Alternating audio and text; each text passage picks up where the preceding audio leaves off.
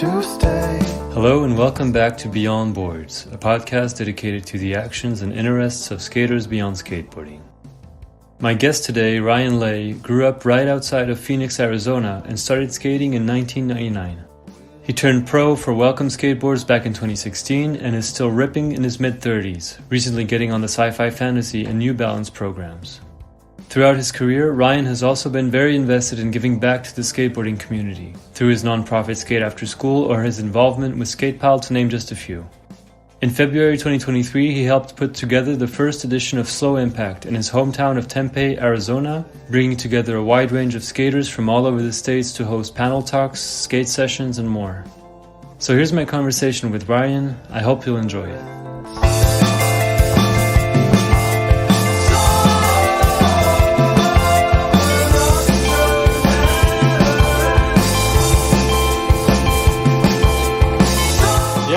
Stoked to get to talk to you. Been a big fan of your skating and everything you do around skating for a while now. So thank you for taking some time to chat with me. I appreciate it. Yeah, likewise. Thanks for having me on. So I usually start these episodes with the same basic question of how, my guest started skating. And I think we're pretty much the same age, right? I think you're like 35 or 36, around there. Yeah, 35. But yeah, so can you tell me about how you picked up your first board? And I think you grew up in Tempe, and I know you're living there now, but is that where you grew up, or did you grow up in a different part of Arizona? Yeah, I grew up in a suburb called Mesa. I mean, all the cities that border Phoenix are just kind of like, it's a big suburban sprawl. So I'm now like 10 miles from where I grew up. And yeah, I grew up there. My brother got me into skating, started skating with some of the older guys like Marty Morawski and Mark Morawski, who were kind of like they were the dudes making really good videos around, what era was that? Would have been like mid-2000s or? Yeah, like 20 years ago. Yeah, mid-2000s. They put out a video called the Arizona video, which was the first independent video that had come out of AZ that was kind of like showcasing the scene. And I felt like that was the first time also it felt like we had a really cohesive scene. There obviously were really great skaters from AZ before then, like Randy Colvin, Colby Carter. But for us, that was that was like our generation's first push into the global skate scene, I guess. And do you remember maybe like the first mag and the first video that you watched as a kid? Is there something that comes to mind? Yeah, we had Public Domain in the house, which definitely predates my skating, but and then we also had Jump Off a Building, Welcome to Hell, Thrill of It All, and then Mouse. So for me, it's funny because I feel like when I talk to older people, there were like these two poles in skating, which was like whatever was going on with like Jamie Thomas and Toy Machine, and then on the other side was like the Mouse side of things. And when you're little, though, you can just ingest all of that, and there was no like distinctions. I was just like, oh, it's so cool, like huge handrails, Guy Mariano doing switchable back tails. It just all kind of felt mesmerizing to me at the time. And what about the first magazine? Do you remember that? No, I think this must have been just like the glory days of Transworld for sure. I mean, I remember my brother and I getting a subscription to Transworld and 411 when we were little kids. And just kind of, those were always around in the house. I don't really remember a specific first issue though. That'd be a good exercise though, to go back and look at that. Yeah. It's funny, some people remember very vividly, like, oh, it was this issue, this month, this guy was on the cover, whatever, and some people are like, no idea, like maybe a Thrasher, maybe a Transworld, whatever. Yeah, I think I started skating in 99, but again, we started skating around the neighborhood, so I don't know if we really knew about skate magazines until probably like right around 2000, so. Okay. Yeah. Kevin at Look Back Library would be a good person I could go check out one of his little museums and figure that out. Have you done a cover discussion or something that he goes to meet with a pro like you, and he has the pro in question, like he gets a few of the covers that the pro has had throughout his career, and he has him like talk about shooting that specific cover. Has he done one of those with you, or? No, I never done that before. Okay. I'm sure he'll track you down and we'll get you to do one day. Yeah, I only had one skateboard mag cover, so and then just recently I had the closer cover. Yeah. The Kyle Seidler one was pretty sick, yeah.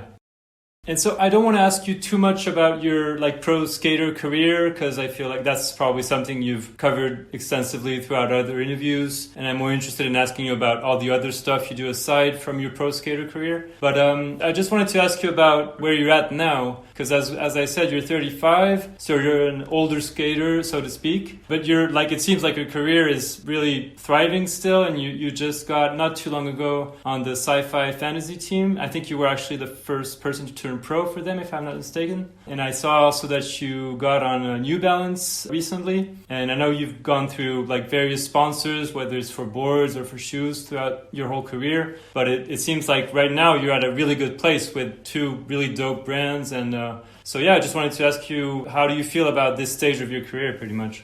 Yeah, I mean, that's a really good summary of it all. It feels pretty surreal. Like I feel like I'm in a weird way. I've just kind of arrived at where I was hoping to get for my entire career, which is like, yeah, you want a really solid shoe sponsor and board sponsor that you really love, and the finances are sorted out so that you can really focus on your craft. And yeah, I haven't really had that much in my career, little stints, but yeah, it's pretty wild to like have reached this stage at the spry age of 35. That's amazing, though. I mean, it's very, very inspiring. Yeah. Yeah, I had pretty candid conversations with the marketing people at New Balance, and they asked about my age and that I've kind of been around the block, and I was like, look, I was thinking for sure about retiring a couple of years ago. Okay. Just because, I've done a lot in skating and I'm happy with it. And also I do think that at a certain point you kind of have to look at the writing on the wall and not stick around for too long.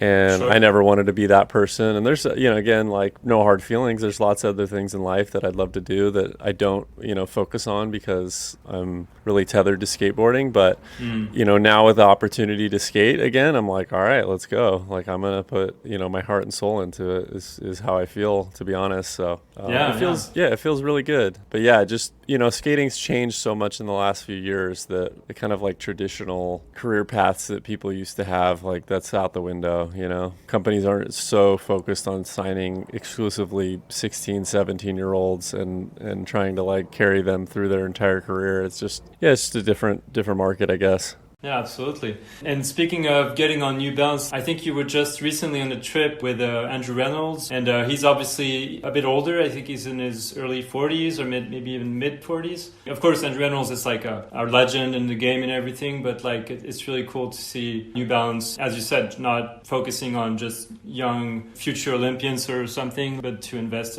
also in skaters that are, have been there for a while and keep pushing it. So. Yeah, definitely.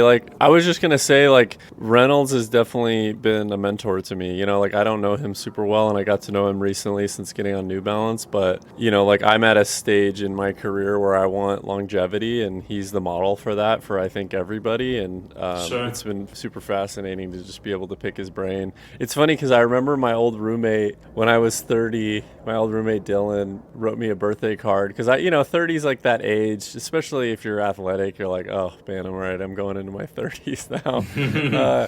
And he wrote on my birthday card, remember Reynolds kickflip Davis gap when he was 30. Yeah, I always thought about that because, that's arguably one of the best video parts of all time. But even then, even through his 30s and into his 40s, he's managed to produce skateboarding that's interesting and contributes to...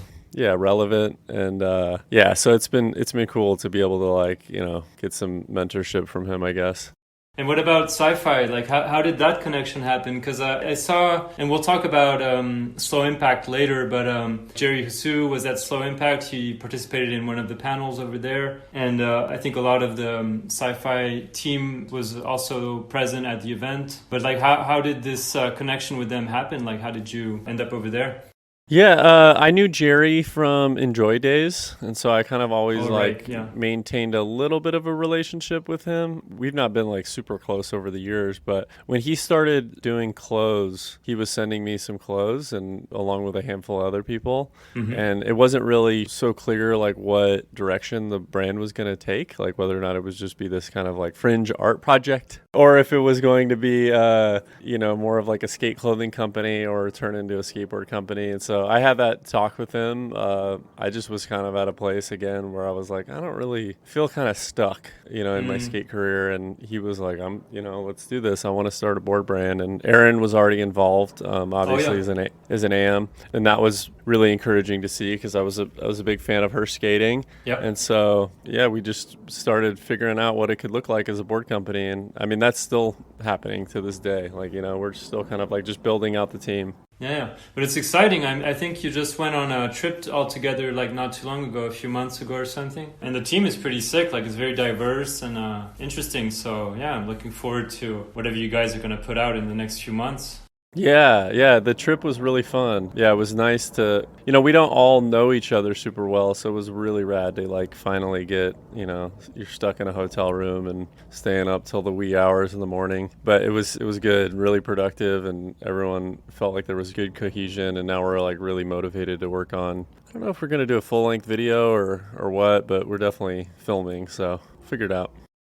And so I wanted to ask you also just about your education, so to speak. I mean, as in going to college and stuff, because I read in some interviews that you gave that you had started going to college pretty much right after high school, and that you actually quit after a couple of years because at the time, like, you were sponsored by Rasa Libre and iPath, and I think your skate career was kind of taking off, and you decided to focus on that and stop college and maybe pick it back up later, which you actually did a few years later when you were in San Francisco, I believe. So yeah, I just wanted to ask you about basically what did you study, and also now looking back, do you feel like it was a good decision to stop college at the time to focus on your skate career, or do you feel like it would have probably been manageable to do both things at the same time? Or Yeah, it's a kind of there's a complicated answer for that question, but I would say that, so I went to art school straight out of high school, and I think I'd reached a stage where I was pretty burnt out on sponsored skating at that time,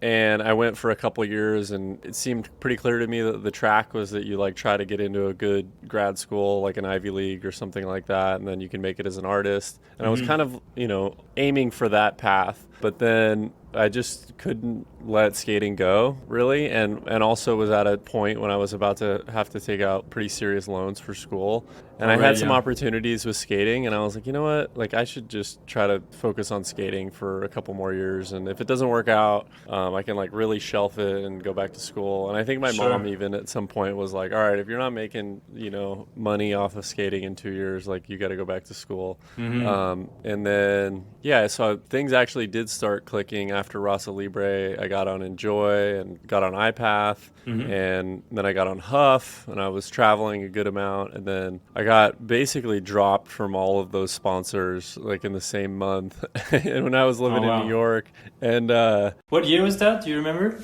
It would have been like 2012, I think. Because I remember I lived in New York on the 10th anniversary of 9/11. So it was probably like 2011, 2012, 2013. And then, I moved back here and was like, all right, well, skating's over. I'm going to go back to community college and try to finish the traditional schooling without taking out serious loans, and was delivering Chinese food and just like living a very kind of regular life. And from there I got on Welcome, and that kind of like happened in tandem with finishing my bachelor's degree, which I just ended up getting a degree in public administration. Nothing special, but it was around the time that we were also starting our nonprofit Skate After School. So there was a lot of overlap between studying public admin and that, and I thought maybe I've had it at various points of my late 20s also, like I've gone and met with advisors to go to grad school just as an alternative, but I wouldn't say like I'm really like happy about it one way or another, but I'm, it seemed like the right thing to do at the time. I probably would have had more fortune in skating, focusing on it exclusively at a younger age, but I just couldn't, I don't know, for whatever reason, you go through phases of burnout, and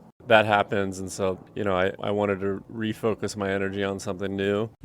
But and then when I decided to I finished at Northern Arizona University, and I just chose the route that was the most affordable because school is just prohibitively expensive in the States. I was like, what's the route that I can go where I don't have to end up with $50,000 in student loans or something, which is not unusual for many of my friends. And I want to ask you about Skate After School, of course, as well. But just before that, it's kind of a random question, but I'm interested in this because I'm vegan myself. I've been vegan for 2 years. Respect. Thank you. And I believe you are as well, and that you've been for quite a while. I was just curious to ask you about that because I know that there are quite a few probably now people in skateboarding that are vegan. I think Ed Templeton was an early ambassador of veganism, I guess. Kenny Anderson. I know that Kristen Ebeling that I had on the podcast as well. She told me she was vegan, but it's still somewhat, like a limited amount of people. But I just wanted to ask you, how did you decide to go vegan and what kind of influenced you to do that? And also, what's the perception of veganism in the States and maybe where you are in Arizona and throughout your travels, how people have perceived it? Because from my perspective here in France, we're a country where food, of course, is very important. It relies very heavily on the dairy industry and the meat and fish industry. And so being vegan here is basically being super marginalized. And whenever I say I'm vegan, people look at me like I'm a huge asshole or something. So it's not usually pleasantly, welcomed. So I was just wondering, what is your experience of that, where you live, and also as you've been traveling all around the world, how have people reacted to that? Well, it's changed over the years for sure. I started being vegan in New York in maybe early 2010s. Yeah, early 2010s. I had a friend who kind of pushed me over the edge along with a book. Mm-hmm. And I just did it because I was like, you know what, this seems easy enough. I think in life there's all sorts of sacrifices that we're faced with and that we know are the right thing to do. And some of those we're not really willing to make, which is not drive a car or, take the subway, whatever. But for me, I was like, well, I think I could kick meat. And then eventually I was like, yeah, I could kick dairy and eggs. All that too. Yeah, eggs too. And the thing that was rad about it was that it opened up a whole new way of eating that I never knew existed. Because I just grew up on kind of a standard American diet. Not to say that it was bad food, but my mom had 4 boys to feed, so she's making the stuff that's available at the grocery store that's affordable. Sure. And yeah, once I started eating vegan, I just it was weird because you think that you're constraining your diet, but what ends up happening actually is you open your diet up to a whole new range of things that you have to eat because you're trying to look for things on the menu.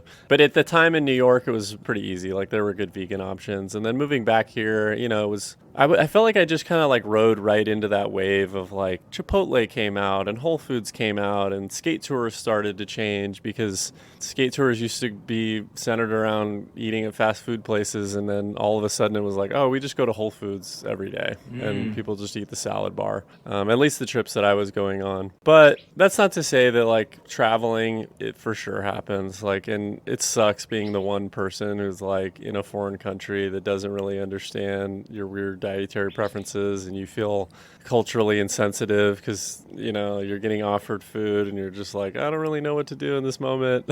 Yeah, exactly. But then you go to places like Palestine and there's incredible vegan food that's just abundant everywhere. Yeah, most of the falafel and hummus and the salads are all vegan, so it's pretty easy to eat there. For some reason, I thought over there it would be quite difficult, but it looks like it was actually easy. Yeah, that's cool. Yeah, it was pretty good. But yeah, and on skate trips, it's now, I was eating vegan food with Reynolds on the last New Balance trip, and it always seems there's 1 or 2 people, which makes it just a lot easier. Mm-hmm. And people just all have weird dietary things, we're all freaks now. There's always true. 1 or 2 guys that are eat a ton of meat, 1 or 2 guys that eat, no gluten, so people, it's, you feel a little bit less of an outcast. And so, changing gears again, but tell me a bit about Skate After School, because you've been doing that for quite a while. I think it started in 2012. Were you one of the founders, or did you join at the very early stages? I wasn't sure if you were one of the initiators or if you kind of joined in as Tim and Bobby kind of started this whole thing. Yeah, so I got involved with Bobby. So Tim initially started it just kind of as a community project, and he was refurbishing old boards and donating them to a community center. That turned into us going and volunteering at the community center and teaching the kids how to skate. And I kind of was, because of my track in school, I felt really motivated to try and turn it into a nonprofit because I was just learning what that was at the time. And so, I didn't really have any direction in my skate career, but I've always been pretty motivated and pretty project oriented, So I just saw that there was a big opportunity there, and I was like, look, we could reach out to the schools and maybe start raising money, and we could expand the program and reach more kids. And so from there we went to they call themselves venture incubators, but it's basically like a business school. It's not school, but you go there if you have a business idea, and they kind of help you get your feet off the ground and connect you with people in the community you might need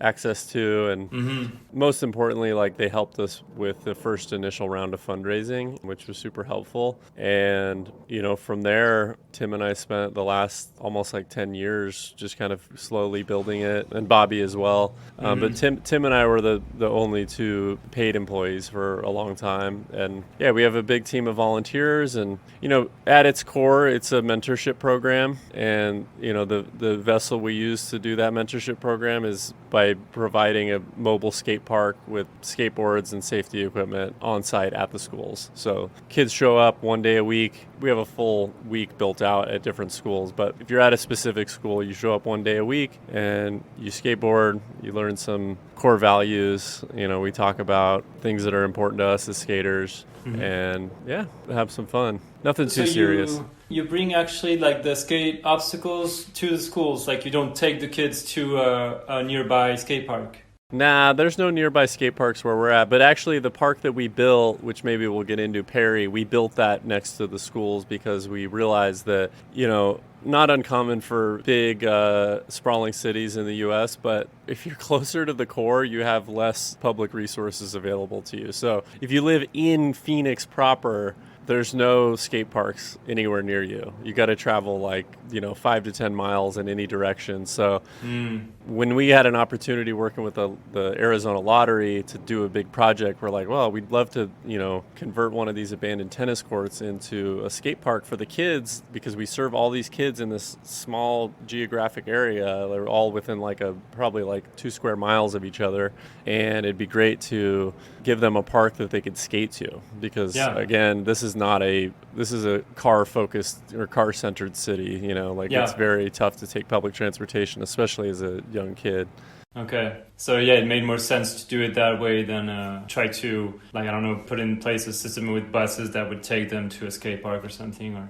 Yeah, so we have a big truck that is filled with, it's got, a box and 4 ramps and a flat bar in it right now, and probably 30 to 40 skateboards and the same amount of helmets and wrist guards. Yeah. So we can just kind of show up, volunteers and Tim help unload everything onto the ground, kids skate, and we pack it all up and go back to the office. I think that's how Free Movement in Athens, they do most of their sessions as well, I believe. So it looks like it's an accessible model to do that. Definitely. And, I'm a big fan of Free Movement and a monthly donor, but I think that something that we've talked about is that consistency is the key. Showing up and being a figure in these kids' lives on a daily basis or a weekly basis, showing them that, we're there to be the people who they skate with. Obviously we're not teachers, we're not training them to be the next generation of best skaters, but we're just another consistent adult that's in their lives, and we're not just going to drop in one time and give them a skateboard and wave goodbye, but try to actually be there. We built the skate park. You can tap into the skate community, you can come to the skate shop, and if that's your thing, please feel free to be a part of it. And we've had lots of kids that they've continued skating, which is really cool to see, if only because it gives them a subculture and a community to access. Absolutely, that's what's really important. And so where is it at now? Skate After School, the program, how many kids get to participate in these sessions? How many days a week? Or how is it organized? And how many people do you reach at this point now? Well, we had a few more programs prior to COVID, but right now we're at just a full weekly schedule. So we have 5 programs a week. Okay. And, I would say that's about 150 kids on average, about 30 kids a session. I guess you don't go there every night, that's probably just too demanding, and also you're still traveling and you have all your other stuff going on. So how often do you get to go participate in these sessions yourself?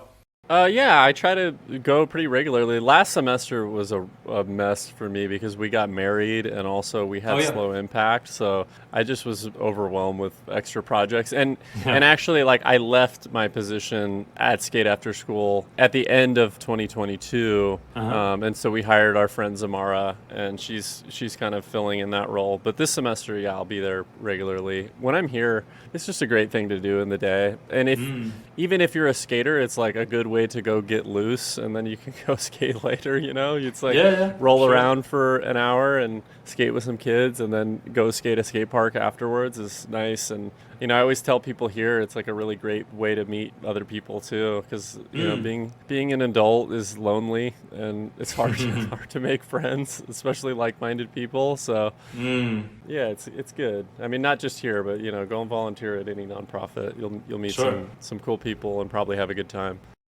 And yeah, can you tell me a little bit about getting involved with Skatepal while we're talking about nonprofits? I think you went to Palestine for the first time in 2018. I know that you filmed a part that I watched again a few days ago with clips from Aram and I'm not sure how to say his name, and Main Hamad also had some clips in there. That was late 2019, I think, a little bit before COVID started. And yeah, I just wanted to know how did you initially go to Palestine, and how did you get involved with Skatepal? Yeah, I got involved initially because I was reading an Angela Davis book. I was like kind of like going through a little bit of I don't know what you would call it without sounding incredibly dorky, but like a political education moment, awakening or something like that. Yeah, So it was in tandem with my school, and also whatever, Trump was elected in 2016. So I think everyone was like, holy shit, it's pretty bleak here. And so I was reading a bunch of different books, and Israel-Palestine's always an issue that kind of like comes up in our media that's like feels incredibly skewed, and I was always curious about why it felt that way, and I never really had an opinion one way or another, which is probably the intention. And I was reading an Angela Davis book that kind of connected the Black Lives Matter activists in Ferguson and the anti-apartheid activists in Palestine. And I posted about the book, and then Mon, who's in that video, reached out to me and was like, yo, like, I work at Amnesty in Ramallah, and you should come out and skate here and visit, and I'll show you around. And so I had just recently gotten out of a really long relationship, like maybe like 8 or 9 years, and was having just a year of trying to find myself, whatever, figure things out. And I actually was on a trip in south of France in Bilbao, and then was going on another trip in Asia. And so in between, I was like, oh, it'd be cool if I could like go to Palestine for the couple weeks in the interim. And I didn't know anyone out there. I knew Mon a little bit, but he was also working, and he was like, yo, these kids, Aram and Adham, they're kind of the grandfathers of skating here.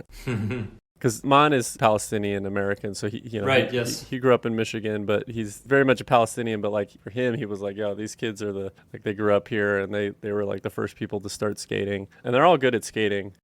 But yeah, so I just kind of like cruised around with Aram and became super good friends with both of them, and had an incredible time, and also like learned a lot about not only like why things are the way they are there, but just about like the U.S.'s role in so many conflicts, which is a pretty tough thing to reckon with. And yeah, I also like on a skate level like really enjoyed my time skating there. Like it felt really fun. The spots are incredible. There's lots of hills everywhere. People are really nice and generous. And so I wanted to go back out there and work on a part for Thrasher, or just like a part in general. I don't know if we knew it was going to be for Thrasher, but yeah, I got some sponsors to help me fund that, and went back out I think the next year. And we spent a month there and rented an apartment and just filmed that whole part and wrote an article about it. And yeah, it was cool to be able to, I mean, they were included in that process, which is rad. And it's just a neat place. Like if you have the invite,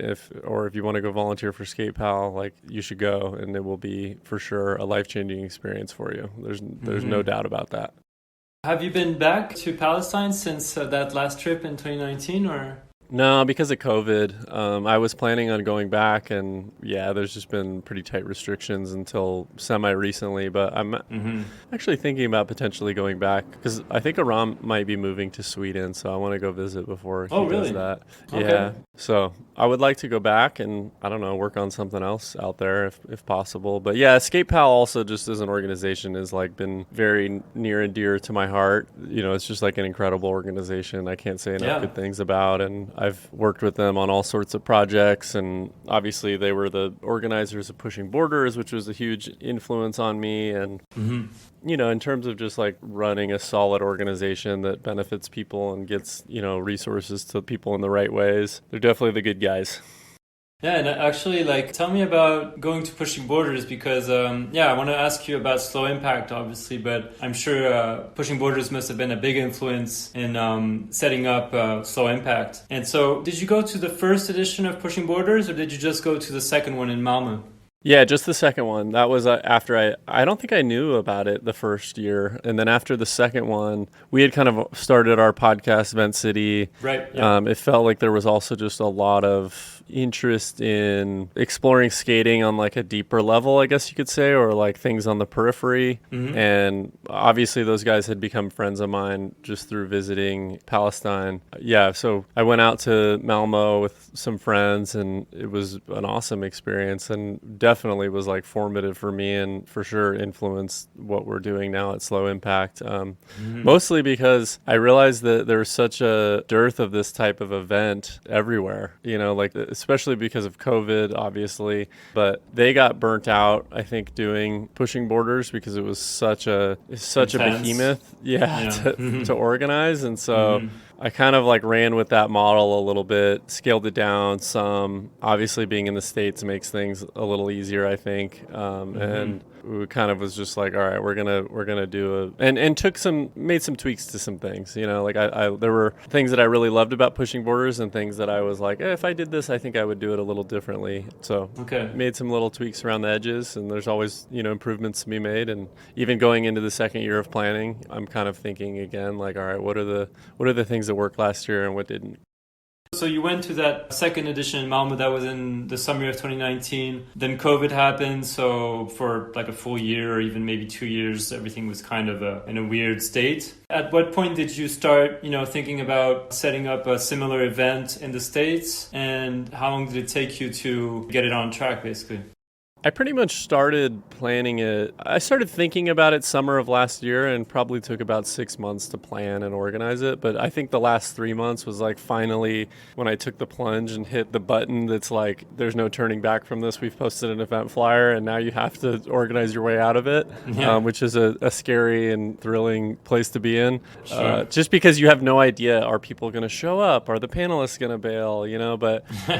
The reason that I chose to do it is because, again, like I felt like there was this big absence without Pushing Borders, that all these people that I knew in this community, which is like the broader community of like academics, community activists, pro skaters, skate shop owners, organizers, just skate nerds in general, skate Twitter people, that they were they wanted to meet up and be able to talk. And the panels are just like one vehicle for that, you know, like people aren't just coming for the panels, they're also coming to skate, they're coming to like meet up and chat, because that was my experience at Pushing Borders. Was like the richest parts of Pushing Borders were, you know, going to have beers with Ocean Howell at 1 a.m. and, you know, in Malmö or something like that. And so I felt like we had a few things going for us. One, we have an office at Skate After School that we could host the panels. Two, we're basically on site at ASU, which is one of the biggest universities in the country. And thanks to my friend Mo, we could get some funding from ASU. And then we have the benefit of having an inverse climate from the rest of the country for the most part. So it's nice here in the winter and horrible in the summer.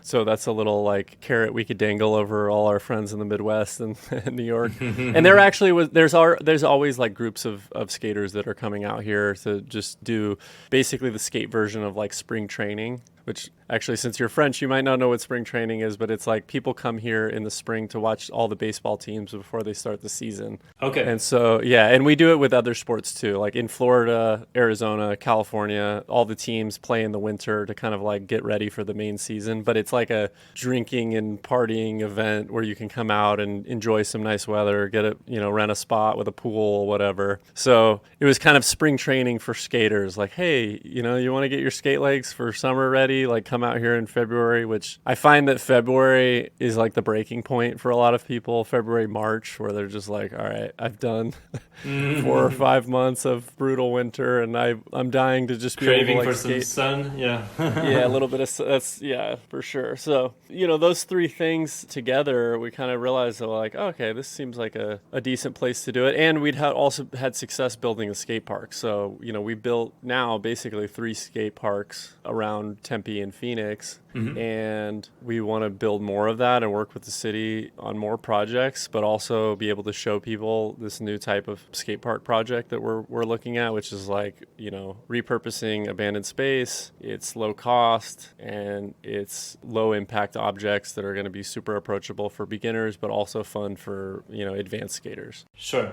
So that's kind of our ethos behind these new types of parks, and we would love for people to come check them out or hit us up and be able to, go to their city and say, hey, can I convert these abandoned tennis courts into put a couple ramps here and some boxes, or can I just put some ledges that look like benches and people can sit on them, but we can also skate them because they've got metal on the side. So, and obviously that stuff's really at a much more advanced stage in Europe and Northern Europe especially. So we took that from visiting. You can't go to places like Malmö or Copenhagen without taking that away, where you're like, Jesus, they're just a park with like public sculptures that are skatable, but like, this is so smart, because we're so used to skating in these big $1 million cages with giant jump ramps and clamshells and full pipes, most stuff that people don't even want to skate anyways. And it just changes the skate experience, because people are looking for I think people are looking for like a more authentic park experience. I'm hanging out in a park. There's other people, other humans here. I'm not just like in a training facility. I can, have a coffee, enjoy the sunset, walk home, enjoy my night. And as you were planning Slow Impact, did you want to do it in Tempe at all costs, kind of? Or were you kind of thinking, maybe if I do it, I don't know, in California or in New York, for example, maybe I'll have more people come out, for the event? Or were you really adamant on doing it in Tempe? I would say that we were adamant about it just because this is where we had the resources. Like, I'd be happy to try to plan an event in a different place, but it's so easy to be able to set it up when you have the space accessible months ahead of time versus, there's just not a lot of like publicly available space in the way there is in a place like Malmö. Like when we went to Pushing Borders, they have like, what is it called? Folkets Park. And then they've got Bryggeriets, which is the incredible skate school that John runs. And it's just, there's not a lot of that anywhere in the States. And obviously there's lots of people in California, but you get a little less of the cohesion if people aren't traveling there for it. Because I would say probably a lot of our attendants did come from Southern California. But I mean, again, I'd be happy to entertain the idea of doing it in a different place. But for now, I'm just like, well, we have the skate stuff, we have the space, we have, funding from the university for now. So I like doing it here. Whereas if we were to do it in a different place, it's just a full-time job, basically. Like you have to, having seen also what Theo and Charlie and all those guys went through organizing the first Pushing Borders, I was really mindful about like trying to delegate as much as possible and also have the event be as like free flowing as possible, because and I still burnt myself out to the point of sickness, like that still happened just because it was the first one and we were literally like finishing some of the spaces for it. But going into next year, I'm like, all right, we're gonna like pare down on the skate events, keep the panels, keep the nighttime events, but like giving people time to breathe, because I think that I'm not an expert organizer, but as an organizer, like I think that we tend to want to like fill in every hour of the day. Yeah, exactly. Yeah. But really, people are here on vacation. They like maybe want to like check out a couple of the panels. They want to go skate. They want to like meet up with that friend that they haven't seen in 5 years and go get breakfast with them. And what you're doing in that process of just like trying to build out the entire day is like just creating a nightmare for yourself during the event, which is like running from the panels to to the skate park to set stuff up, to the nighttime event, and then like trying to enjoy yourself, have some drinks, and then getting home at 1 or 2 in the morning and waking up at 8 to set up the panels again the next morning. And I'm like, all right, we can like tone things down a little bit and have more. Because we had like a free day of street skating, and I want to actually do more of that for this next one, which is like have more prizes for people filming edits and stuff on their phone and trying to meet people that way instead of, again, like trying to plan too many things. Because another thing that like I took from pushing borders and kind of tweaked was that when there's too many panels, you also just like your brain just reaches capacity. You know, like we don't listen to like 5 podcasts in a day. You listen to like one or two when you're doing the dishes and it's that time of day when you need, you want to go for a walk or something. Sure. And so having a good balance of like, all right, this is social time. This is your vegetables time where you're going to listen to a panel, and then, we'll have like some let loose time, some skate time. It's like a, adult summer camp basically. Yeah, exactly. This first edition of Slow Impact looked really sick. I saw some of the panels, the videos on YouTube. They were really interesting. And I just released today an episode with Ted Barrow, who was... I saw that. Yeah, the host of one of the panels that was around skateboarding and art, basically. Yeah. But yeah, so you kind of hinted that there will be a second edition. Are you working on that right now? And do you already have kind of dates in mind for when it will happen and stuff? Or is it still kind of a work in progress at this stage? Yeah, I would say that if all the funding comes through, which I'm trying to figure out right now, it should happen, and it should be the same dates, which for us is President's Day. You obviously don't have President's Day. That'd be ridiculous, but that's February 16th through the 19th. So okay. I'm actually like kind of injured right now from running and hiking, and it's also it's still 110 degrees, which is like I don't even know, like 44 or 45. Way too hot, yeah. Fahrenheit here. So it's a good time right now, though, for planning an event. So, yeah, I can't say for certain that it's going to happen, but I definitely am trying to like work on some ideas for panels and how to make it happen next year. And it seems like a lot of people are interested. I've already been hit up by a bunch of people who are, people abroad who are trying to figure out childcare and travel. And I'm like, damn, people start early. We're 6 months out right now, but I respect it, because if you have kids, like you probably do have to do that. And I think we made that mistake last time, because I probably like launched the flyer just like 2 months out of the event and was like, it'll be fine. And people were like, no, 2 months is too quick for me to get there. So. Well, you had a great turnout regardless. I mean, seeing the people that came, it was a success. Yeah. Yeah, definitely. Which again, like literally going to the first event, the skate event at Mitchell, I was like, I have no idea if anyone's going to be there or there's going to be a lot of people there. I did have a kind of a little bit of a consensus from skate Twitter that those people would come, and I feel like those are like the shock troops of Slow Impact. So I'm counting on their support again. And I think we're also going to steal one of the ideas from Pushing Borders, which is like maybe have a space for people who are doing academic work around skateboarding to like present their work, for 10 or 15 minutes and take some questions. And it'll be kind of a extracurricular that is similar to a panel, but not a panel explicitly.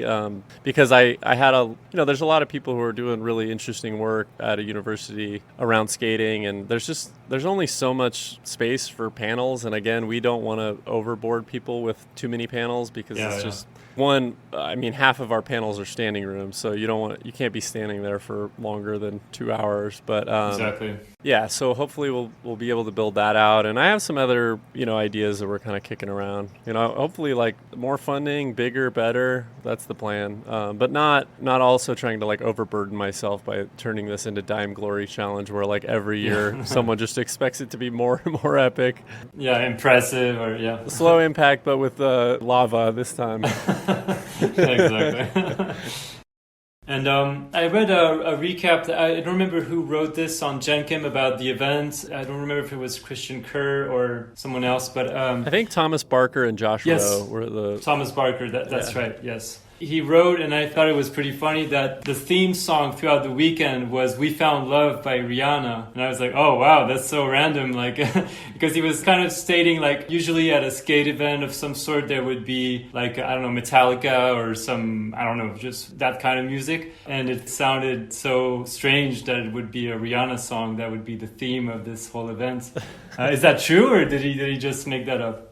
Yeah, I mean, that's true to some extent. But that song definitely did play several times over the course of the event. But also, yeah, at skate events, I'm not the type of person who wants to listen to like the traditional, whatever, like metal Hip music hop or from the 80s. I mean, metal. hip hop's fine. Yeah, it's great. But we just played top 40 for the most part and let it rip and thought that was fine and fun and seemed welcoming and kept the energy high. But I mean, that's mostly just like Spotify, probably my garbage Spotify playlist, but also finding similar songs to that thrown in there. Okay. But yeah, I think it does change the vibe of the event like a little bit. And we really tried to focus on making stuff that was small, that was approachable, that people could skate. Like we built the rail that went across the wedge that was like 22 feet long, but only 4 inches high. And, I want to try to like carry that theme into the next year, which is like making it fun for skating and less of an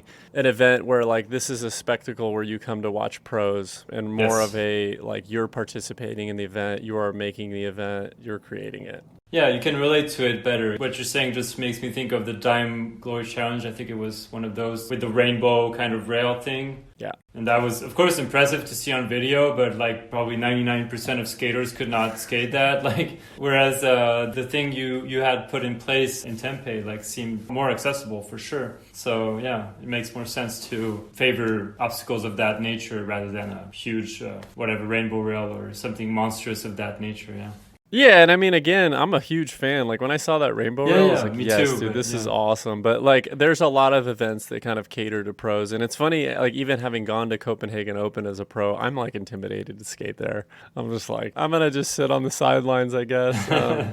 But yeah, it's fun to be a fan and to look, but like for this specific type of event, I'm like, I want you to feel like you're a participant and you're like here to like help create the event because without them, we only had like a few pros out here, like the Sci-Fi team and some of the New Balance team came out and then the Crux team. But for the most part, I'm like, this is not meant really to highlight pros and also not specifically to like, curate to them. Do you have like a kind of a favorite memory of that whole event? Something that comes to mind right now? Something that you really enjoyed very much from that whole weekend? God, that's such a challenging question. I mean, my favorite memory is going to be like wholly unremarkable, but we did Kyle's reading in the backyard. At your place, right? Yes, we did it in the backyard of my place, and we were kind of like fixing everything up, and that was like a really beautiful event, and there were lots of really like funny readings and emotional readings and heartfelt readings, and I just remember like you're just like bouncing around everywhere, like running around with your head cut off. At least that's how I am. I'm like so manic in those moments and not eating, and like Idris, who was one of the participants, like handing me a slice of vegan pizza, and honestly, the moments that I remember the most were like good friends handing me food or handing me like a drink and reminding checking me in like, on you. Like, hey, here, like, you need to chill out, like everything's good and going well. But I don't know, I mean, like Sam Corman's slide lecture was incredible at on Ted's panel. Right. I would say there were like several remarkable moments the whole panel was really good, but the native skate panel had some really like gut wrenching but necessary moments of like really calling out the skate industry. If you've not seen it, like please, you should do yourself a favor and go watch that. And again, like there's always this push-pull in organizing an event like Slow Impact because you do need pros and big names like Ted Barrow and Jerry Sue to like draw people in because not everyone knows who Sam Corman or like Cole Nowicki is. Sure. But when you bring all these people together, like I was like, oh, these people are going to be like incredible speakers. They're going to be super profound. They're going to like either, make people laugh until they cry or they're going to make people cry because it's so heavy.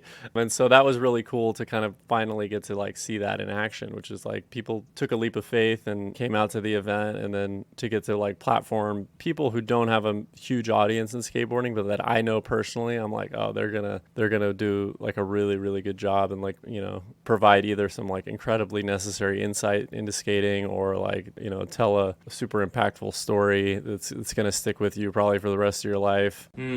Yeah, so all of those things together. I mean, again, that's a horrible way to answer your question because there's that works. It's fine. Yeah, never just one moment. But that's again, and that's the thing that I'm like looking for going into next year is like who are the people that are kind of on the peripheries that don't have a huge audience, but I know can really deliver when they come here.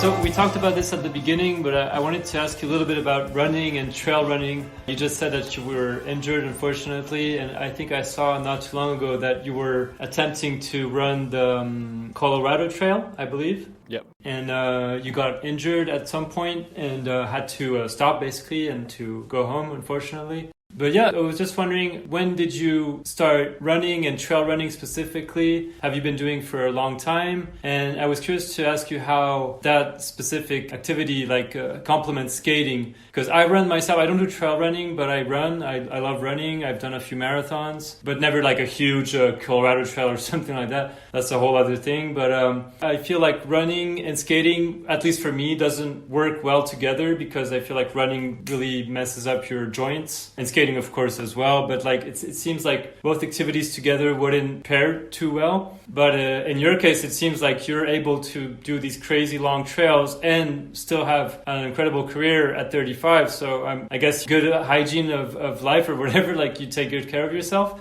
But let's start just by how did you pick up running and how has it complemented your skating? Yeah, I hiked the Arizona Trail in 2021, which is a 800 mile, I think that's like about 1,200 kilometer national scenic trail that goes from Mexico to Utah. So it basically goes northbound cross-sects the state of Arizona. And along the way is like hitting, big mountains and canyons and goes through the Grand Canyon and hits all the most like scenic parts of Arizona. And when I finished that, I met some guys who were ultra runners. And, when you do a long through hike, you're just putting so many miles on your feet. And by the end of it, I was out there for a month and a half. You're just feeling really, really strong. You're not running, obviously, and you're carrying like a big pack, but you have super strong legs, and especially for climbing.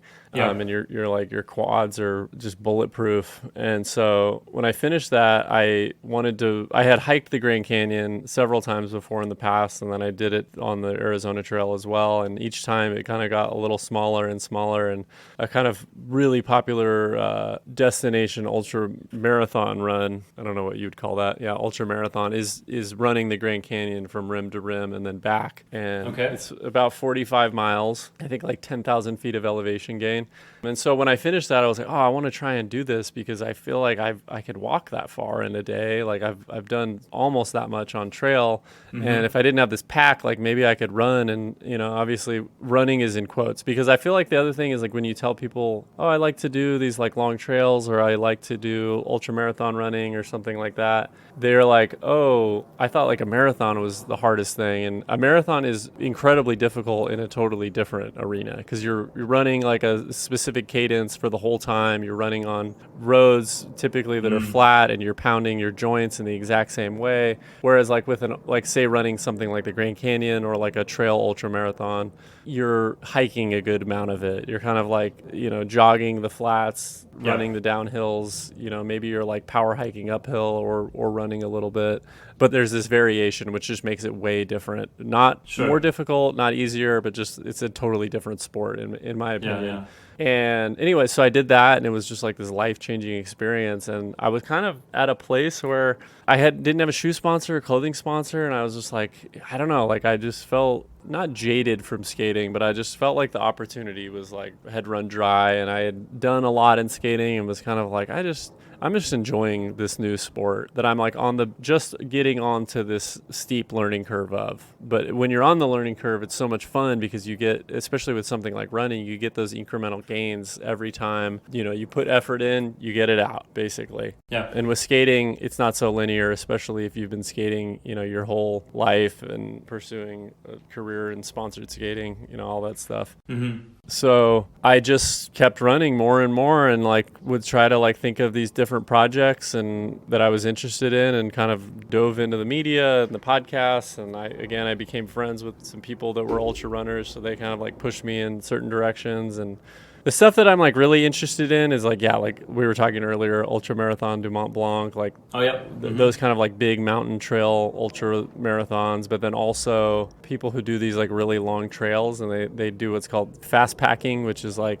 they might do like a supported run where they've got a crew with them, or they might just do, really long days on trail. Like, so people, have hiked the Pacific Crest Trail and they're doing like 50, 60 mile days on these trails for 50 days on end. And you're just having this like incredible adventure. And so I kind of like dabbled in that a little bit, but to answer your question about how it complements my skating, like I don't think that it has complemented my skating very well.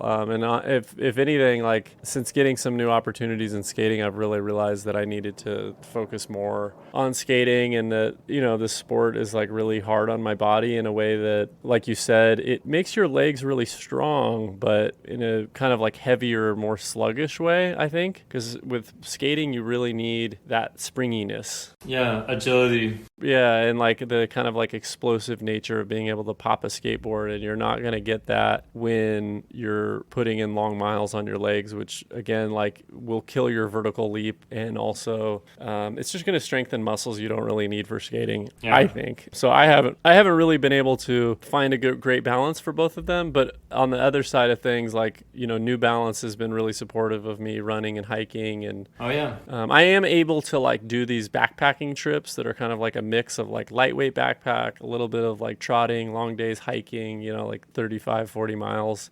And those seem fun and kind of like fill the void for me, because, right now I'm like, again, I'm trying to take my skating super seriously. Like I'm not trying to get injured hiking and running. Yeah. And so going out to do the Colorado Trail was kind of like the last. I had already planned this a couple years ago, and it's the last weather window when things are really nice, because if you want to do anything at altitude, it's basically, July, August, September. That growing up in the Alps, if you want to not be on skis, basically. Yeah. And so I went out there and was like, I'll just give it a shot, and I ended up getting injured, which is really stupid. But it happens. What happened? How did you get injured? I just got two pretty serious overuse injuries that were just like my ankle was starting to sprain, and the pad of my foot was also like swelling up to a point of like, like basically this area that like where your toes connect to your foot was just really, really, really swollen and tender.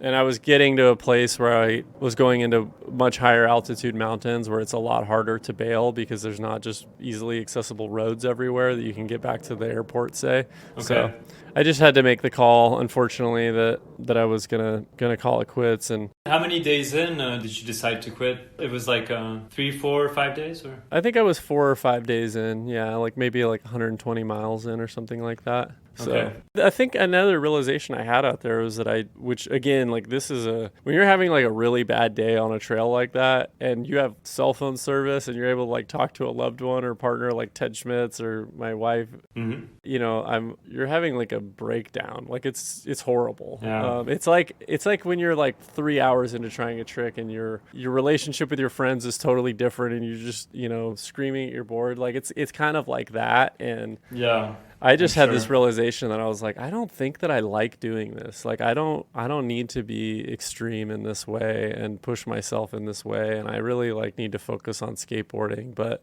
I think I have a little bit of just a little tick in me that whenever I get into a new sport or like a new hobby, I just have a little bit of addict You're brain. all in? Yeah, not only all in, but just like, what's the most extreme version of this possible that I can do? And I realized that I'm like, I can go for a regular trail run and enjoy myself and catch the sunset. It doesn't need to be this like all out make or break high altitude huge days in the mountains where I'm like breaking myself to the point of like not being able to walk. and also that like I'm not really that great at that. I have not done the training that people who excel at that do, nor do I have the time to do that. And it's a little tough when you're friends with people that can do like huge, if you run with someone who's like a really good and strong runner, or like it kind of tricks you into thinking like you're a little better at these things than you are. But really, what's the old adage that everyone says, like run your own race or like hike your own hike, like don't try to push yourself to a point that you're comparing yourself with other people and getting injured,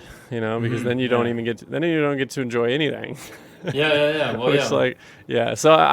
I will say on the flip side of it, like one skill that I've really like honed in on is just like being able to suffer. Like when you're out there for days on end, like you have like a unique relationship to like failure and suffering that I never even have experienced in skateboarding. And I think that has like really helped me. That's carried through into my skating, because now when I'm trying a trick, I'm just like, oh, this is easy. I could just spend 3 or 4 hours doing this. Like this is not like filming a video part is stressful, but also, like it's nothing like, you're going over a mountain.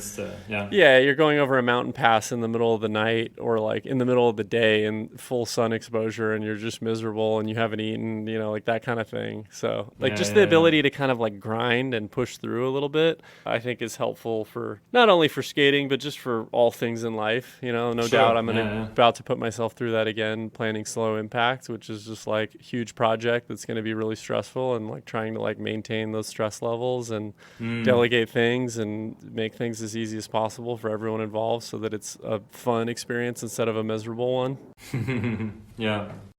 And do you think you'll continue trail running in the future, or maybe not like doing huge gnarly trails like the Colorado Trail that you just attempted, but do you feel like you'll try to keep doing it at a more accessible version of it? Or do you think at this point you're kind of like, okay, like I'm just going to focus on skating and taking care of myself, and maybe I'll pick up trail running later in life, or I don't know? I think I'm definitely going to like dial it back, but I'll probably just still do it a little bit, because it's weird. The older I get, like when I was younger, I dropped out of my regular school to go to an art school. And then I went to art college, and there was such an aversion to like athletics, obviously as like a skater of that era. It's skating's not a sport, like it's an art form and we're artists, yada, yada. And now the older I get such like mental health benefits and clarity from any sort of like sport or exercise that I'm like a really athletic person. So, between like rock climbing and trail running, riding my bike, like trying to do bike packing trips, I think that's always going to be part of my skate career. Even if like skating is totally foregrounded, like I'm going to still do that stuff in the background. And the other thing too is like once you have the gear to be able to go on like big adventures, like whether that's even a bike packing adventure, which is way less difficult on your body, it's like now that I have the gear and I know how to read a map and how to do resupply and all those things, which is kind of a little bit of that in and of itself is like a skill that you have to develop. I just think that I'll want to continue doing this stuff in some capacity. Like I love spending time in nature. Obviously we all could benefit from getting off our phones a little bit, and definitely. I really personally like love the intersection of like having solitude in nature, but also like pushing yourself physically and like collapsing on the ground at the end of the day. Like for me, like that's a time of my life where I usually feel miserable in the moment and hate it, and then when I'm immediately done with it, I'm like, wow, that was an incredible and enriching experience. That's what life is all about, is like getting caught in a thunderstorm and like powering through it. Powering through like 10 miles till you get to like the next place that has food. Like I really like that stuff. So I'll probably try to just do more of those trips, but in a more mellow approach. I just have 2 quick last questions from me before we do these friends questions. But basically, I wanted to ask you just about like what do you have planned in the next few months? We talked about Slow Impact. That's definitely going to be high on your to-do list, I guess. But I was just wondering, what are your maybe next goals as a pro skater today? We started this conversation with like your current situation with Sci-Fi and New Balance and everything. You've been pro for a long time. What are your like ambitions for the next 5 to 10 years, let's say? What would you like to achieve as a pro skater at this stage in your career? I guess you want to just keep pushing yourself and putting new video parts out and stuff, but do you have like a set of goals that you'd like to achieve? Or 5 to 10 years is bold.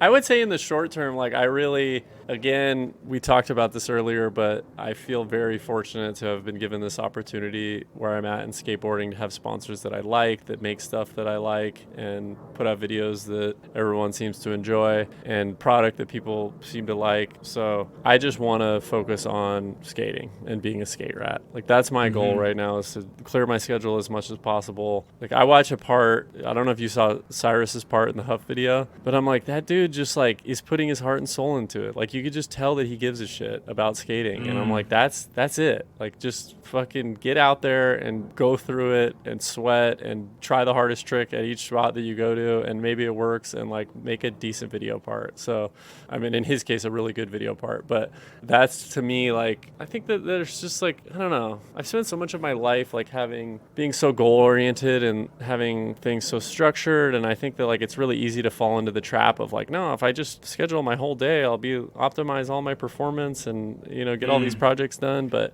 the way that you make really great skateboarding is by meandering. I'm a firm believer in that. Like the really good skate videos, you can tell, are people go out with filmers regularly and photographers, and they're just kind of casually skating around a city and making stuff happen. Yeah. And for me, that's when I've made the stuff that I'm the most proud of. And I want to just kind of like get back into the groove of doing that. Not making it feel like a commercial or making, you know, this shiny, polished object, which is like so much of what we have to do in the marketing side of skateboarding, but just like make a good video part, go out there and sweat it out, you know? And I enjoy that process too. Like that's, for many of us, that's like how we got into street skating, is like, you know, I don't know why, I'm just like stuck at this three stair with my friends from middle school, and we're just like skating until my mom's gonna yell at me because it's 10:30 at night, you know, and I'm like trying to frontside flip this thing. I don't know how to frontside flip. So I want to get into that. And then I don't know, like long-term goals are challenging, but I like doing skate park design stuff. Like that's really fun. And obviously like trying to help out with skate after school is a good time. And just, I don't know, trying to stay busy and help out friends and people as I can and work on different projects. I'm a very motivated person. So like if I have downtime, I like immediately start a new project. So, you know, we're hopeful to just continue doing Vent City episodes, and I'll find stuff to do in the downtime if I'm injured. And if I'm not, I'm hoping to be skating and just being generally like as active as possible, because that's what makes me feel good. Yeah, I actually didn't even ask you about Vent City, but how is it going on that front? Because you started that in 2019 as well, the year of pushing borders, right? Yeah. And it's been 4 years and you're still doing it, but you do like an episode every other month or something, or maybe a bit more than that sometimes? Yeah, sometimes. I mean, God, if it were up to me, I would love to do it like every couple weeks, but it's just really challenging getting them edited and getting everyone together and getting them put out. I think that obviously, you know, you have your show and you're really motivated and can get it out pretty consistently, but we go through waves where we're like really motivated. We just recorded an episode recently, and it's nice just to get everyone together to talk about skating. If anything, just for personal reasons, it's like nice to have the conversations. I mean, aside from putting something out or like building some bigger project, it's just nice to have conversations about skating and think about it in a critical way. Yes, absolutely. I just have one last question for me, and that's, what would you say is one of the most valuable lessons that you've learned from skating? God, that's a tough one. I think for me, the value that I've like received most from skating is like always pushing yourself to the precipice of like putting yourself outside of your comfort zone. You know, like whether that is exploring new territory, traveling to a place you're kind of, you know, like everything feels a little like overwhelming to go on this trip, or whether that's like skating something that's just like slightly uncomfortable. I'm like, that's the thing that we're here for. We're not here to do the tricks that we've always done. And, you know, for better or worse, we're kind of like stuck on this line of progression that is it's not exactly linear, but, you know, we're stuck on a path of progression, which is that like, don't be happy with what just happened or celebrate what just happened, but let's move on to the next thing. And for me in Skate After School, one of the benefits I've really seen from kids in our program is that they start skateboarding and suddenly their neighborhood looks a lot bigger. And that's a really like great way to look at it with magnifying glass. Like that's what we're doing in skateboarding more broadly, whether that's like some podcast project you want to do or some piece of writing or some video. It's like it's always going to feel shitty and scary to put yourself outside of your comfort zone, but you just have to like kind of take that leap. And every time I've done anything that's been meaningful in my career, it's never been from a place of like, oh, this is really safe and I feel really good about it and it's really polished and I'm like totally ready to put it out to the world. It's always from a place of I'm scared shitless. I have discomfort. I don't know what's going on, but like we're just going to throw it out into the void and see how it lands. So that was a bit of a disjointed answer, but it kind of it relates to trips. It relates to my specific craft of skating and like how I approach street skating, and I think it also relates to like just any sort of big project you're willing to take on. Okay, well, I have these friends' questions for you. So I have a first one here from Aram Saba. So he said, what was your most fun skate spot in Palestine? I mean, the easy answer is the plaza in Ramallah. Oh, yeah. That's going to be everyone's go-to answer, I think. There's the 3 block and the really good ledges, and it's like there's guys selling coffee and vendors there and people hanging out, little kids enjoying life as a little kid. But I want to say that the funniest experience we had when we were in Bethlehem, there was this out ledge. It was the end of the day. We were about to drive back to Ramallah, which Bethlehem is like maybe a 2 to 4 hour drive away. And so we're about to head back, and we didn't really have a terribly productive day. And I find this out ledge that's coming out of a hookah shop with old men who are there playing chess. But the runway is about 6 feet, and then it like transitions into the shop where there's people in there. It's like a cafe, but people are smoking hookah and old men playing chess. And the guys there were just down for me to skate, and they like totally welcomed us, which is the thing that never would happen in the States. Like there's no way in hell. And so these guys, like I'm literally like standing next to these old men inside, like deep inside the hookah shop, like as they're like playing chess or dominoes or whatever they're playing. And like throwing down past them to nose grind this out ledge that goes into the street. Oh, yeah. I remember that trick, yeah. Okay. Yeah, and that was a good memory, just because, like, again, it just speaks to the charity of those people. And it was a really, really good spot, too. Like, the ledge, I would think about that ledge a lot. I'm like, wow, it's a really good dimensions for an out ledge. Like, kind of low, not super long, so not going to get pitched. And then it lands on, like, a really smooth downhill street. Yeah. So I'd love to go back and skate there if possible. Okay, the next one is from Matt Price. So he said, ask Ryan about his sponsor list. I'm talking like every sponsor since he was a child. Legend has it that over the years he has ridden for over 60 brands, which is incredible. The man has had 9 lives in skateboarding. Yeah, that's very true. I feel like that makes me look pretty bad, but not all of them were my fault. I don't even know. Yeah, because I got sponsored so early in life, and I think that we're also, when we were joking about this, we were counting all of the companies that like I got rep flow from, like so when you're at the shop, the rep gives you stuff, but like, I mean, everything. DVS, Lakai, just from a shoe perspective, right? DVS, Lakai, Etnies, S, America. No, not America, actually. And then we've got Nike, I got shoes from Vans. Yeah, that's just shoes. And there's been more probably that I can't even think of. Oh, obviously iPath and Huff. Well, that can be a goal of yours in the next 5 years to get on Adidas or Converse or the remaining ones. At least just like hit up the team managers and be like, can you send me a box so that I can put it on the list? Yeah, and then board sponsor wise, I rode for Crooked, Think. I got boards from Jamie Thomas at Zero. After Zero, I got boards from, who did I get boards from? Enjoy? Oh yeah, no, I rode for Enjoy proper. And then after Enjoy, I started skating Welcome boards. And then from Welcome went to Sci-Fi, And so then we've got, if we were to look at clothing, it'd be probably comparable. So yeah, it's like every industry is like, I don't know, 5 to 10. Wow. Yeah, I mean, I'm 35 and I've been sponsored since I was like 13 years old. But so like a lot of the companies have just gone out of business. And then a handful of them were poorly managed by myself, which I'll take full culpability for. And then, a few others were just evolved over the time. Didn't work out? Or? Yeah, it didn't work out. I got cut from Etnies because they had budget cuts, and I was probably the first on the chopping block. So, okay. The thing about skating, unless you ride for the really big brands, is like you're probably more often than not kind of like just kind of cruising the arc of a company, which is typically around 10 to 20 years. So you kind of get on at a time when you hope that it's rising, and then you get on to another brand. Like iPath had a 15-year maybe arc or something, and we kind of like got on at the tail end, and they kicked off half the team and the other half of us quit. So then you just got to move to the next thing. And by the time I got on Soltech, obviously Soltech is not exactly thriving in this era. Yeah. And so rode that out until there's just been budget cuts and a lot of us got let go. And then you try to, but I mean, it's like a miracle that I've ended up where I'm at, because I definitely have had my ass kicked more than a handful of times. And I'm fine with that. I mean, it's like so much of skating is just luck. There's an element of like perseverance and talent, but a lot of it is just luck and being at the right place at the right time. Timing. Yeah. Thanks, Matt. Okay, I'll have you listen to this next one.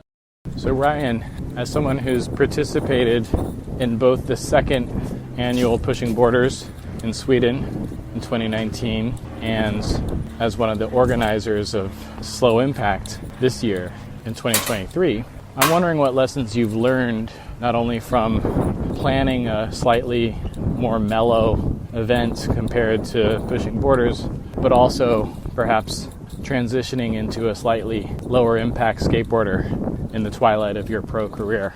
Is there any correlation? Please discuss. So I assume you recognize the voice of F1 Ted Barrow. I would say that's super interesting. I mean, that a lot of that just kind of comes with age, but also skating, it seems like itself is getting more low impact. Yeah. But yeah, I mean, I don't know. I've definitely been influenced by Ted and all of those guys in that, Ted's the first person to tell me, like, dude, you don't need to jump down handrails and like kill yourself. Even though I still have that impulse in me, even to this day, that's like I want to skate stuff that scares me. And I'm happy to get a boring trick on a handrail just because it feels good.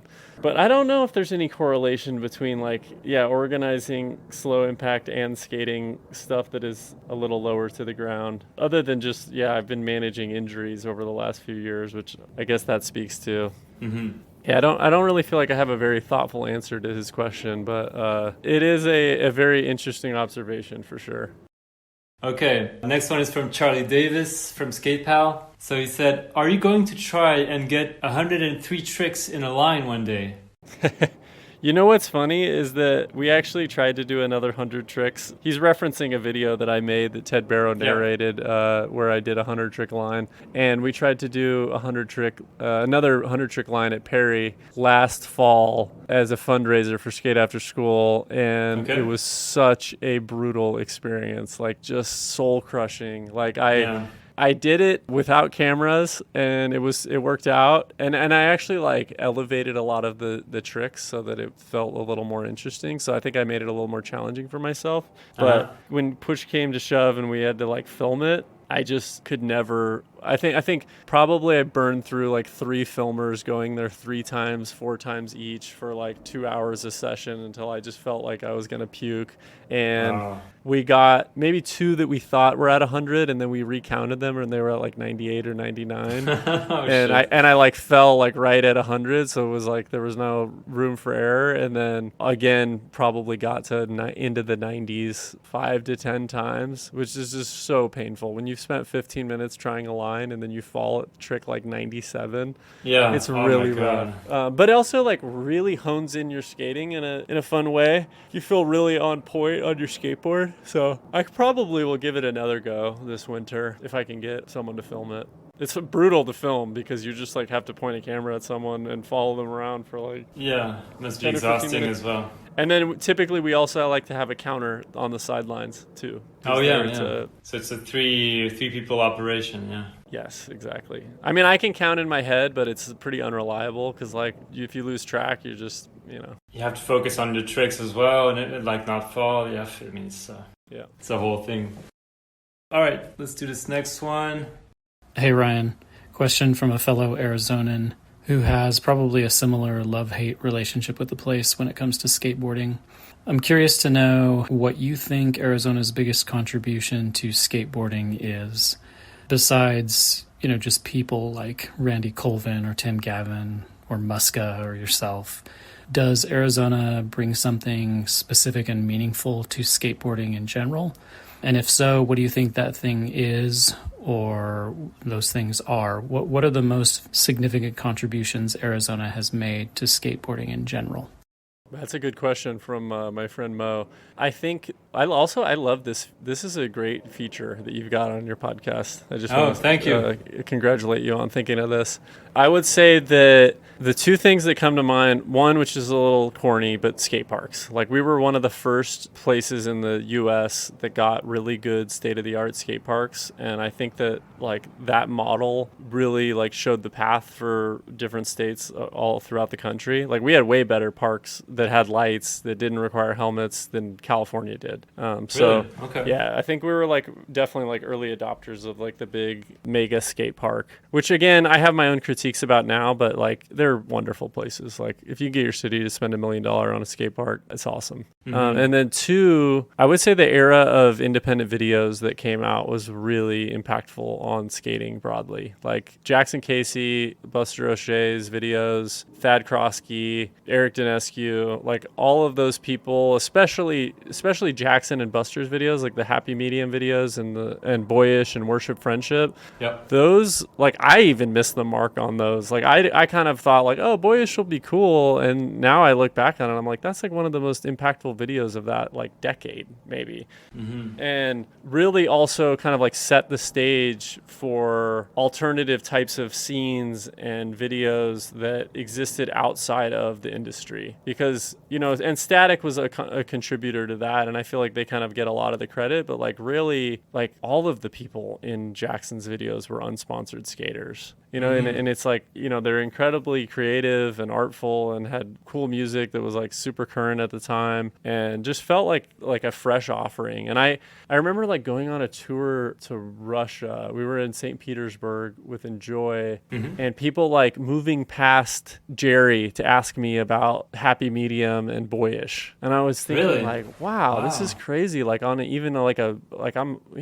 halfway across the globe. Yeah, and people wow, are that's super interested in these videos, and unfortunately we don't really have a really strong scene of independent skate videos that are coming out now. I mean, there's obviously good stuff, but in that era it was it felt like everyone in the country was watching the videos and paying attention to them, and we were kind of leading the way in terms of what indie skate videos could look like. So I think that is something that we still carry on with us.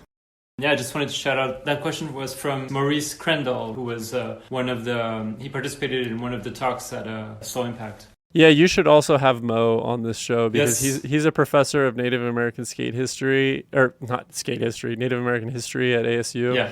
And he is a freak skater. Yes, I follow him on Instagram, and he's very productive. He's skating all the time and posting clips every day.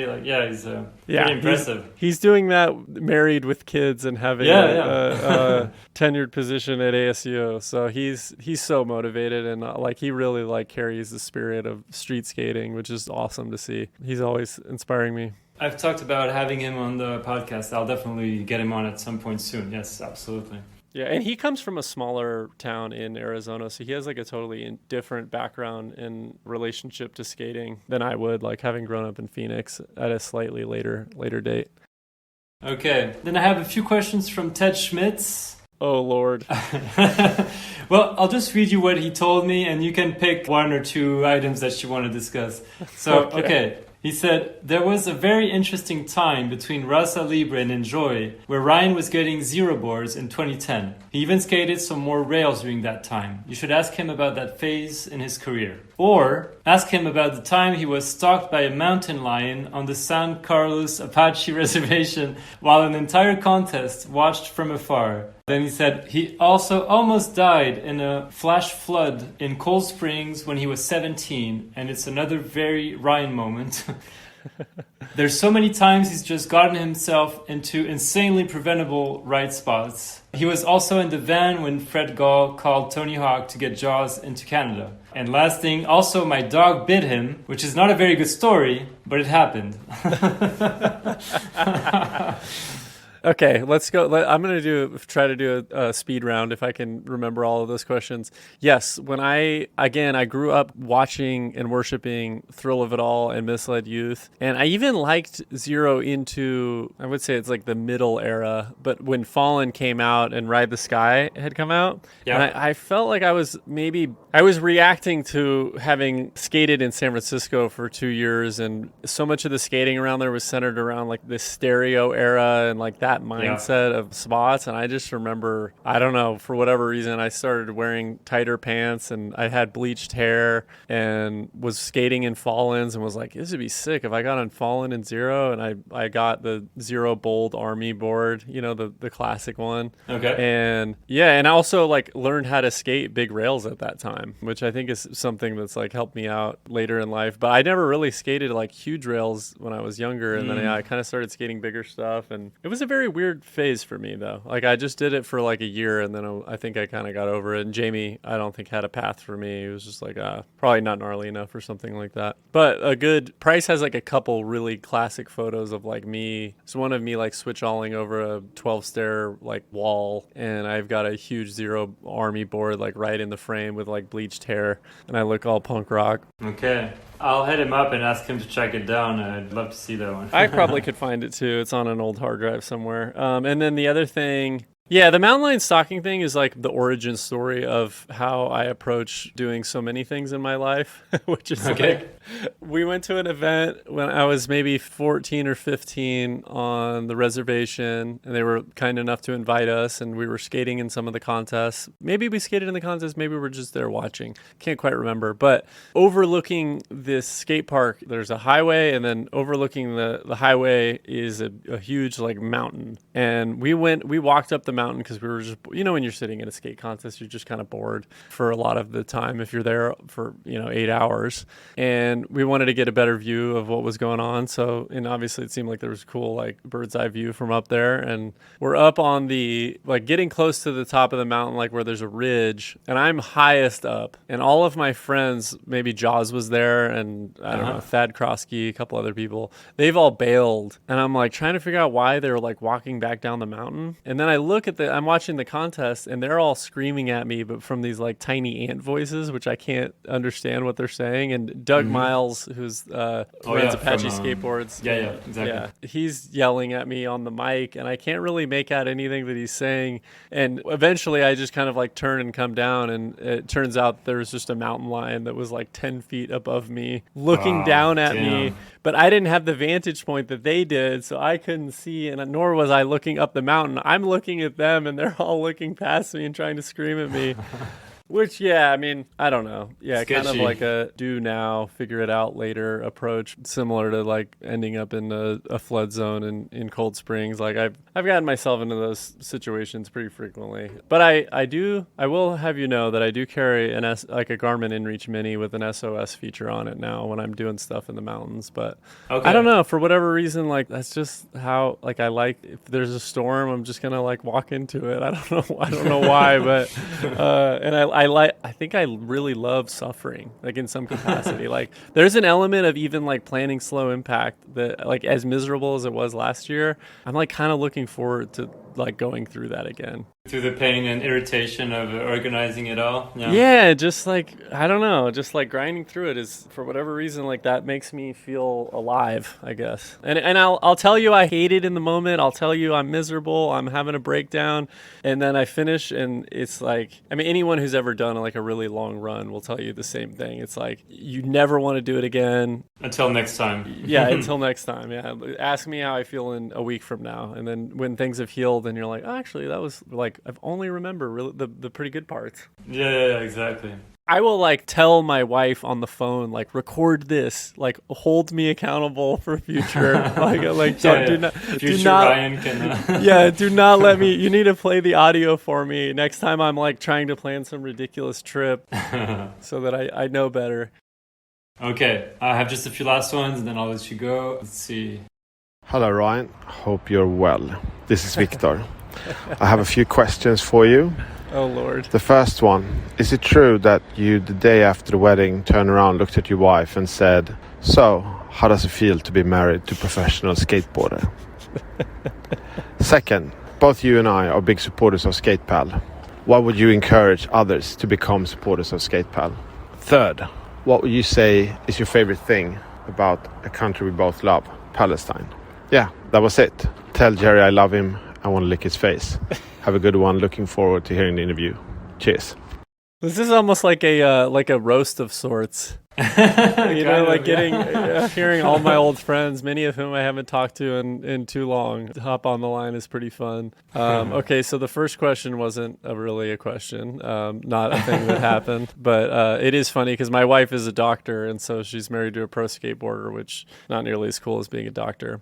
The second question about Skatepal, volunteer for Skatepal. Like go, especially if you're like aimless. Like I see so many young people who are just kind of a little directionless, and I don't blame them because if you live in the US, most jobs suck that are entry level, and university is really expensive. So there's a lot of people that are just kind of floating until they figure things out. And the two things that I would suggest personally that have been great for me, go hike a long trail. Like hike the Pacific Crest Trail, or one of the trails that I wish that I could do, but I can't because I don't have the time, because I have too many responsibilities at this state of my life. Mm-hmm. And hit me up if you want advice on gear or how to do that. But I'm like, go spend 6 months on trail and spend $2,000. Like it won't cost you any money and it'll change your life. And then the other thing is go volunteer for Skatepal, or there's other organizations, but Skatepal will teach you, and think of it as a skills exchange. Because like I think that a lot of people in like the social skate project space think of it in this way, but it's like you're not going there to like, don't think of yourself as just going there to like volunteer to like help out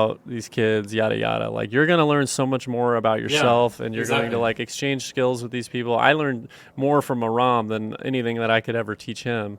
And you're going to learn a lot about, you're going to like get a crash course in geopolitics. You're going to get a crash course in how the US media works. It's going to like help reframe everything you think about how the world works and how you've been told the world works, especially in the post World War II order.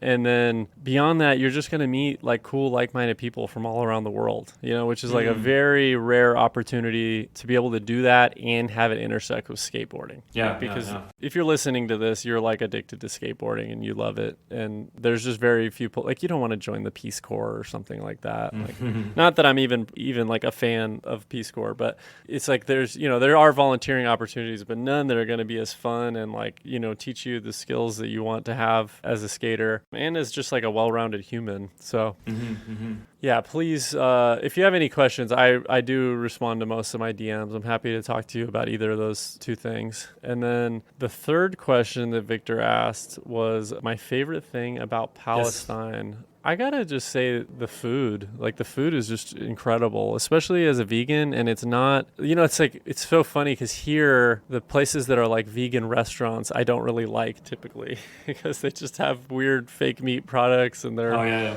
they're kind of like marketed almost as like fast food restaurants or something. And the food there is just so fresh and so considered, and a lot of it's plant-based, and there's just, I don't know, it's really affordable. It's just, I don't know. I just find that like, it's not a novel thing to say that life in the US is really transactional. You go and pay for a thing, you get the thing, you don't even like talk to the person or make eye contact with them. You go eat in your car or whatever.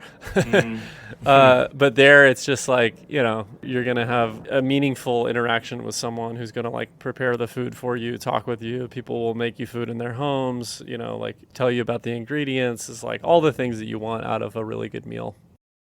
Okay, next one is from Erin Lester. You mentioned her earlier, teammate on Sci-Fi. So she said, can we get a comprehensive nickname list for you? Punchman, Punchy, there's gotta be more. Let's hear him.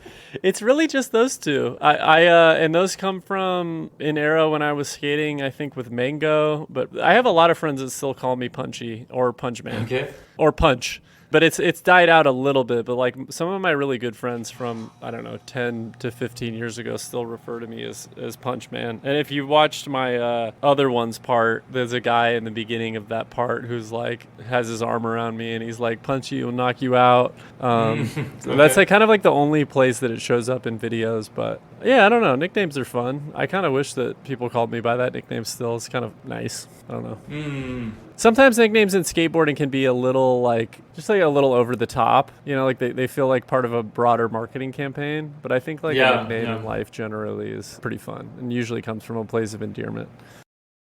Okay, I have just a few last ones. Let's do this one.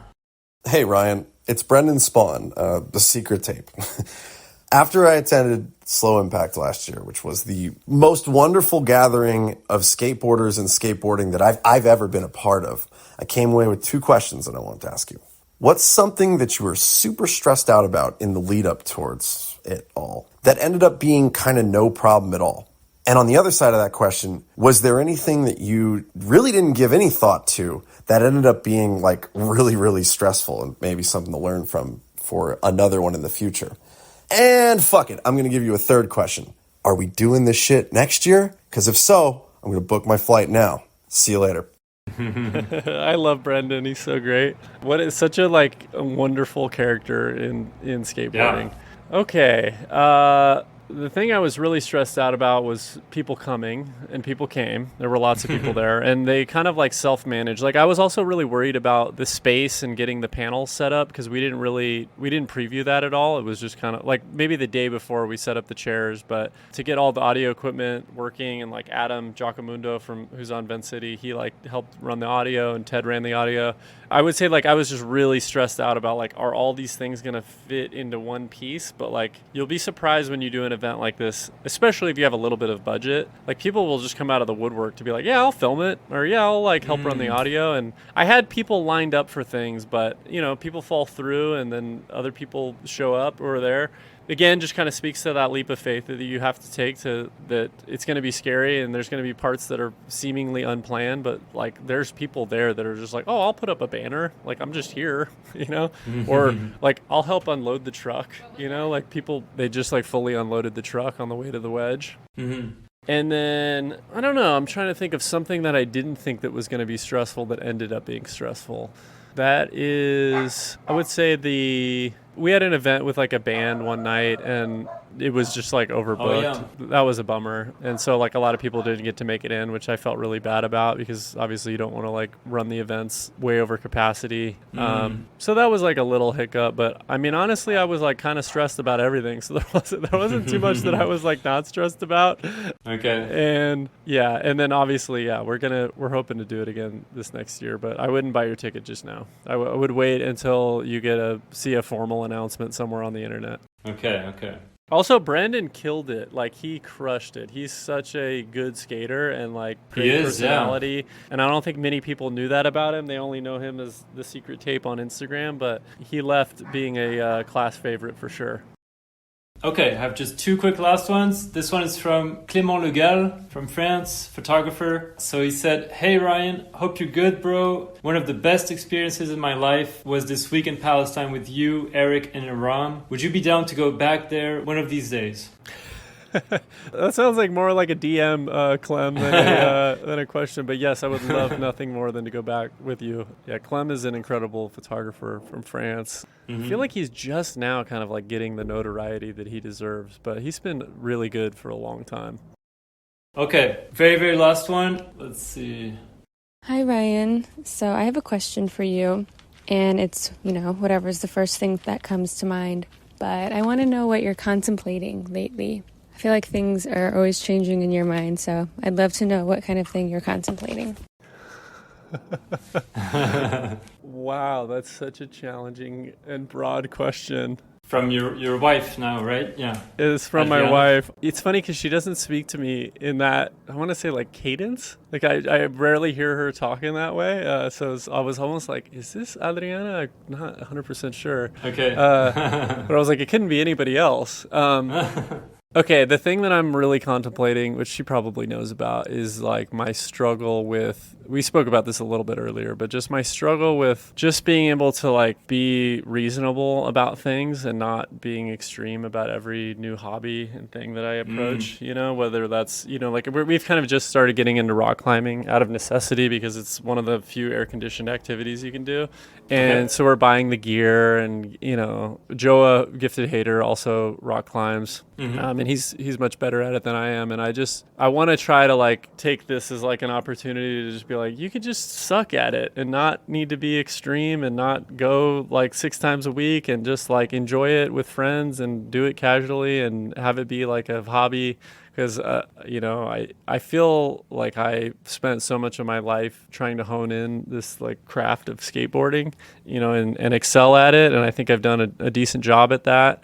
Yeah. And I just want to really prioritize and focus on that because, yeah, getting into running and trail running and other projects as well is just like, I just love to take on too much and make things miserable and like almost just like beat them into a bloody pulp until it's like, it's not even fun anymore. Like it's all about the suffering. Like I'm not even having a good time. Like I just need to like, I don't know. So, and I think that like something I've also been reckoning with is that's like a uniquely American or like whatever USian approach to things, which is like, we don't have normal relationships with anything. Like we have to it's like, we can't just go for a walk. We have to like check the walking app to like count our steps for the day, or like, you know, we do mindfulness or meditation, but it's like through an app and we're like tracking all of it. And it's just, I don't know. We have a weird relationship with just like quantifying and trying to like optimize everything. And especially recently, like I've noticed that stuff started to creep into my life and a lot of people's lives. It's just like self-optimization culture. And it's like, well, at what cost, you know? Yeah. You know, like,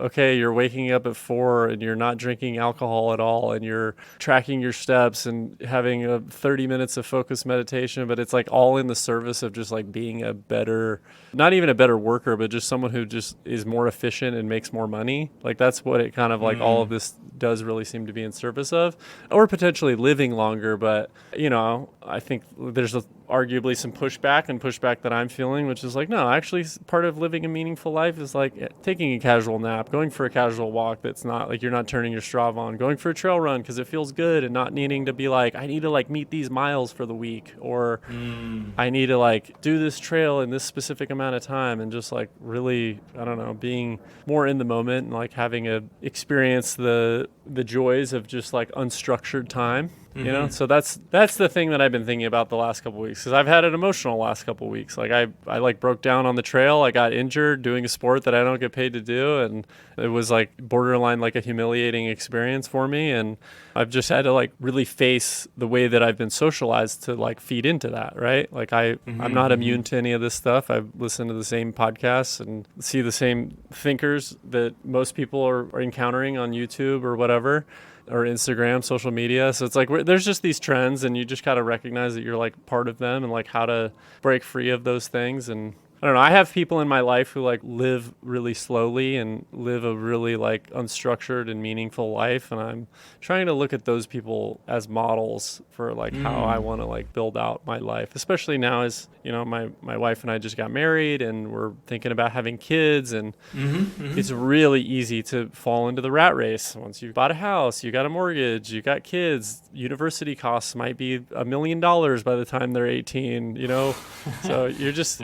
You fall into these patterns very quickly, especially as an American. And, you know, my wife is Dominican, so something that happens is we, you know, when we go to Dominican Republic, life just moves at a totally different pace there. And I think that it's like important. That's like one of the benefits of travel for sure, is to see that like, oh, people like come to the coffee shop and hang out and aren't playing dominoes, or aren't working on a computer. They're playing dominoes. You know, and it's like here you are not going to see anybody at a coffee shop doing anything except working or feeling guilty about not working. And just seeing old men in the park hanging out and seeing people exercising at the parks and just kind of like enjoying their free time and not feeling like everything You have needs to be super performative all the time, and that you're always needing to like optimize every moment of your life, because you're like Exactly. building essentially what we're all doing in like a neoliberal economy is like we're building a brand, right? Like we're building a brand to sell to contractors or companies. Like that's what I do as a professional skateboarder.